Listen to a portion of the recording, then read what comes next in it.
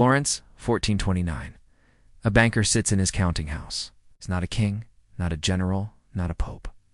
But he controls them all. His name is Giovanni de Medici, and he's about to teach his sons the most dangerous secret in Europe.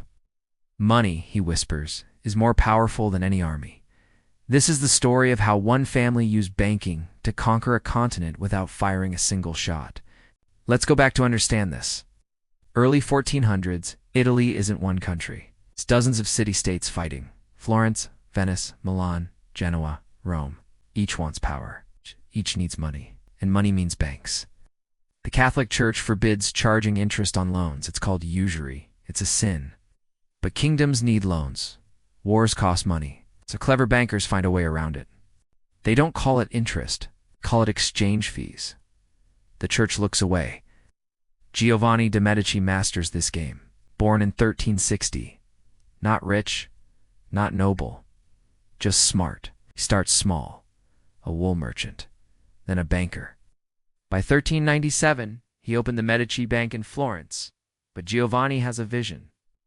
Most banks operate in one city. Giovanni opens branches everywhere. Rome, Venice, Geneva, Bruges, London. He created the first international banking network. Money flows through Florence. The Medici Bank takes a cut. Giovanni becomes the richest man in Florence. Quietly. He never shows off. Never brags. Keep your head down, he tells his sons. Let others think they have power. But Giovanni owns them all. 1429. Giovanni is dying. He calls his sons, Cosimo and Lorenzo. Listen carefully, Giovanni says. I'm leaving you the greatest weapon in Europe. Cosimo is 40. Smart, patient. Lorenzo is younger, ambitious. The bank isn't just about money, Giovanni continues. It's about control. The Medici Bank lends to everyone. Kings, princes, popes. When they can't pay back, they owe you favors. Need a law changed? The king owes you. Want a bishop appointed? The pope owes you? We don't rule, Giovanni whispers. We own the rulers. He died days later. Cosimo takes control. But there's a problem. The Albizzi family. Old Florence nobility. They hate the Medici. These bankers think money makes them noble. The Albizzi have connections. Political power. They see the Medici as upstarts. 1433. The Albizzi make their move. They accuse Cosimo of plotting against Florence. It's a lie, but it works. The government arrests Cosimo. He faces execution. For 10 days, Cosimo sits in a cell, alone, waiting for death. But Cosimo is his father's son. He doesn't panic. Plans. He smuggles messages to his bank managers. Pay everyone we owe.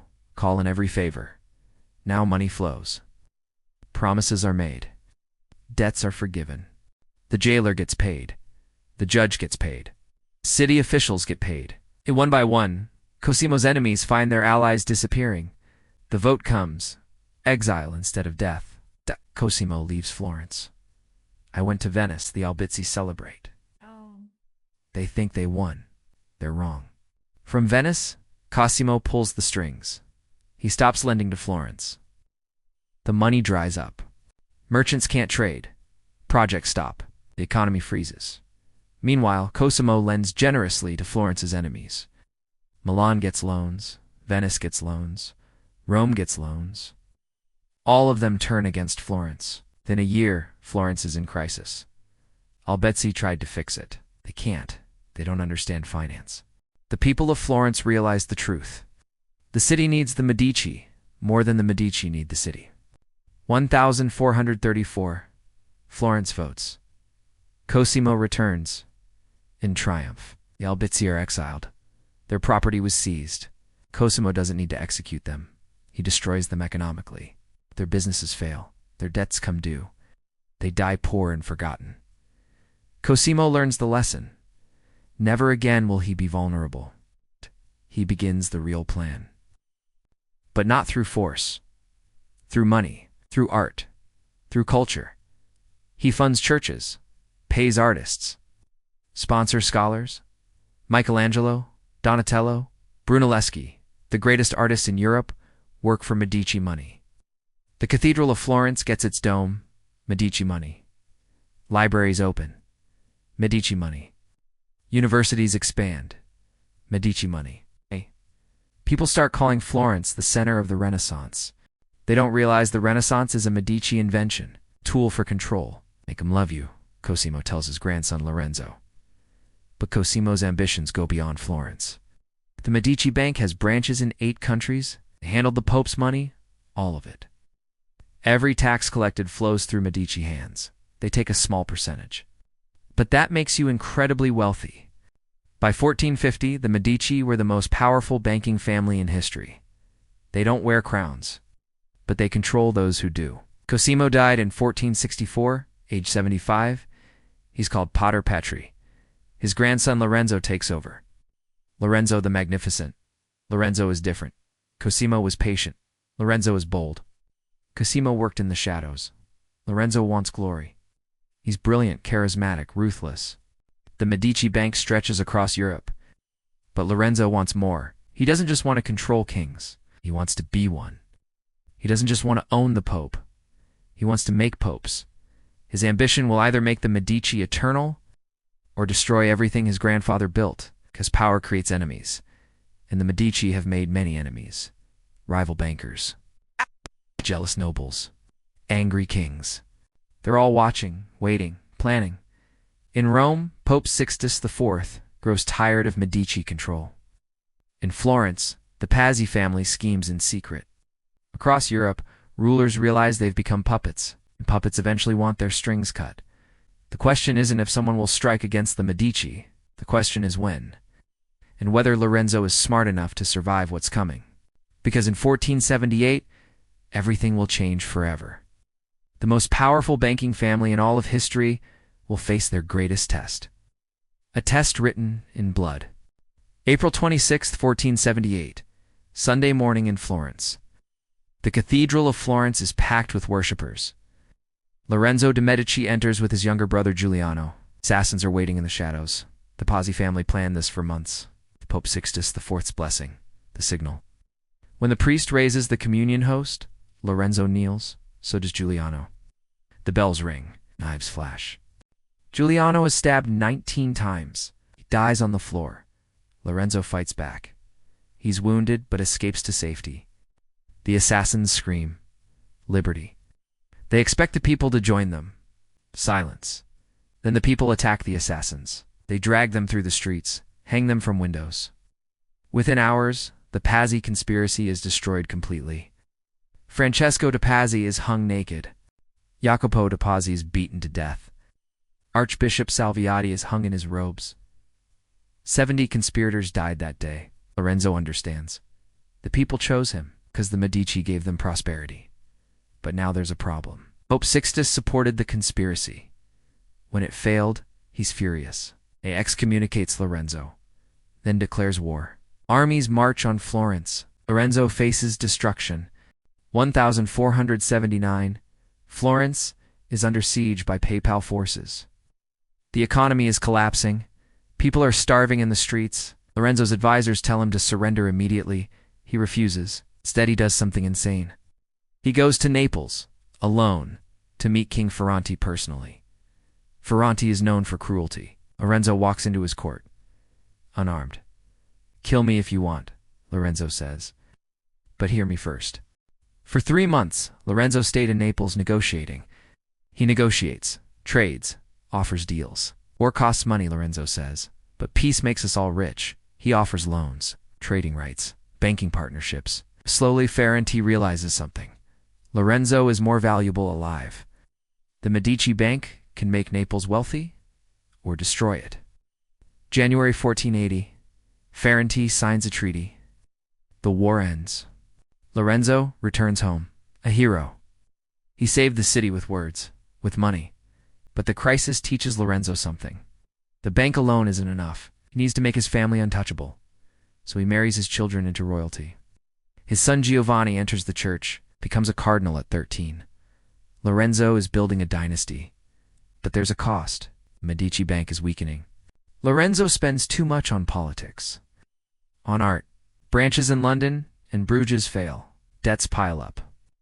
Lorenzo covers losses with Florence's money. It's corruption. But nobody complains, Because Florence is thriving culturally. Leonardo da Vinci works in Florence. Medici money.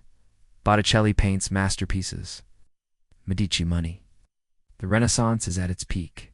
And it's all funded by the greatest banking scheme in history. Lorenzo died in 1492, age 43, too young, but he accomplished his goal. His son Giovanni became Pope Leo X in 1513. The first Medici pope. Another son Giuliano becomes Duke of Nemours. His daughter marries the King of France. The Medici are no longer just bankers, they're royalty. But here's the price. The bank collapsed in 1494. Too much political spending, not enough discipline. The system Giovanni de Medici built crumbles. Without the bank, the Medici lose power. Temporarily, they're expelled from Florence. Twice, but they always come back. Why? Because they changed the game. They proved money is power more than armies. Their families copy the Medici model, the Fuggers in Germany, the Rothschilds later, all using banking to control politics. The Medici eventually became Grand Dukes of Tuscany. They ruled until 1737, over 300 years of power. Not bad for wool merchants. So what's the real lesson of the Medici? First, money buys more than things. It buys influence, loyalty, control. Giovanni understood this. He built a network of debts. Everyone owed him something. When you own someone's debt, you own their choices. Second, soft power beats hard power. Cosimo didn't need an army. He stopped lending money. The economy froze. That's more effective than any siege. Third, invest in culture. Lorenzo spent fortunes on art, philosophy, architecture. People remember him as Lorenzo the Magnificent. Not Lorenzo the banker. Culture lasts. Money doesn't. Fourth, marry smart.